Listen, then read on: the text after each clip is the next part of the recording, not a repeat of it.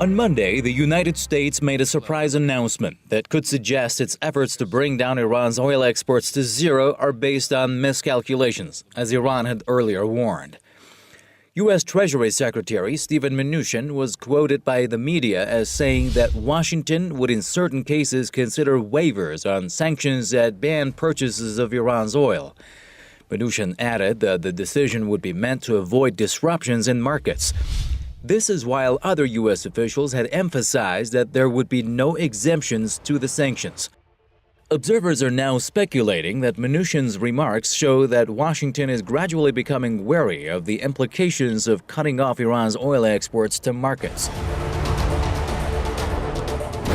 The challenge is to keep supply and demand balanced, but when you take the supply barrels or Iranian barrels out of the supply market and the demand is there, how to replace them with the new barrels, and of course there is limited spare capacity around the world, and OPEC has already decided how to increase the production by its members. So the biggest challenge is for the United States to do that.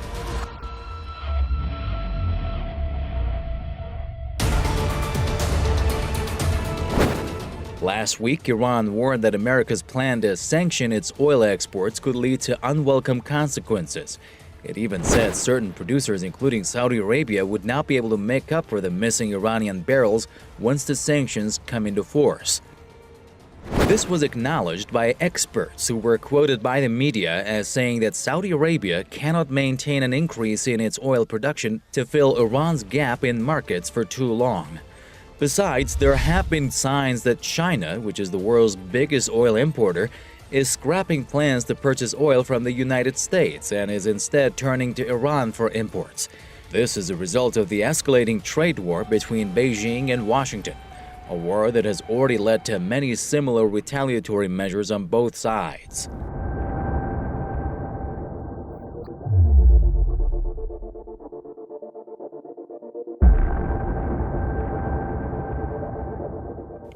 It is largely believed that the U.S. lacks an international unity that it once enjoyed over imposing sanctions against Iran. In fact, it has already become clear that Washington has only a handful of countries on its side over its agenda to sanction Iran. The European Union, for example, has repeatedly made it clear it wants to maintain business with Iran. India, Iran's second biggest oil client after China, has said it only accepts sanctions announced by the United Nations against other countries and said oil imports from Iran will continue. These are seen only as a few examples of the challenges that the administration of U.S. President Donald Trump will face in imposing sanctions against Iran.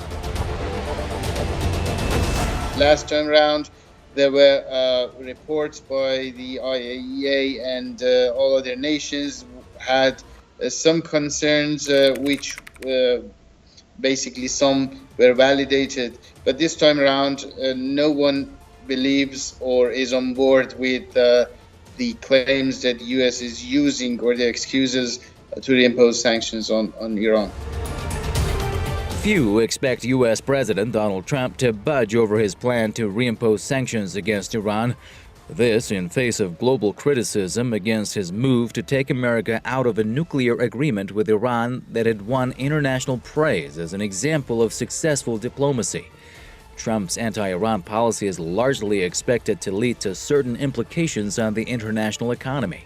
And the blame, of course, will be on a president whose policies have upset not only his own people, but also America's allies and the whole international community.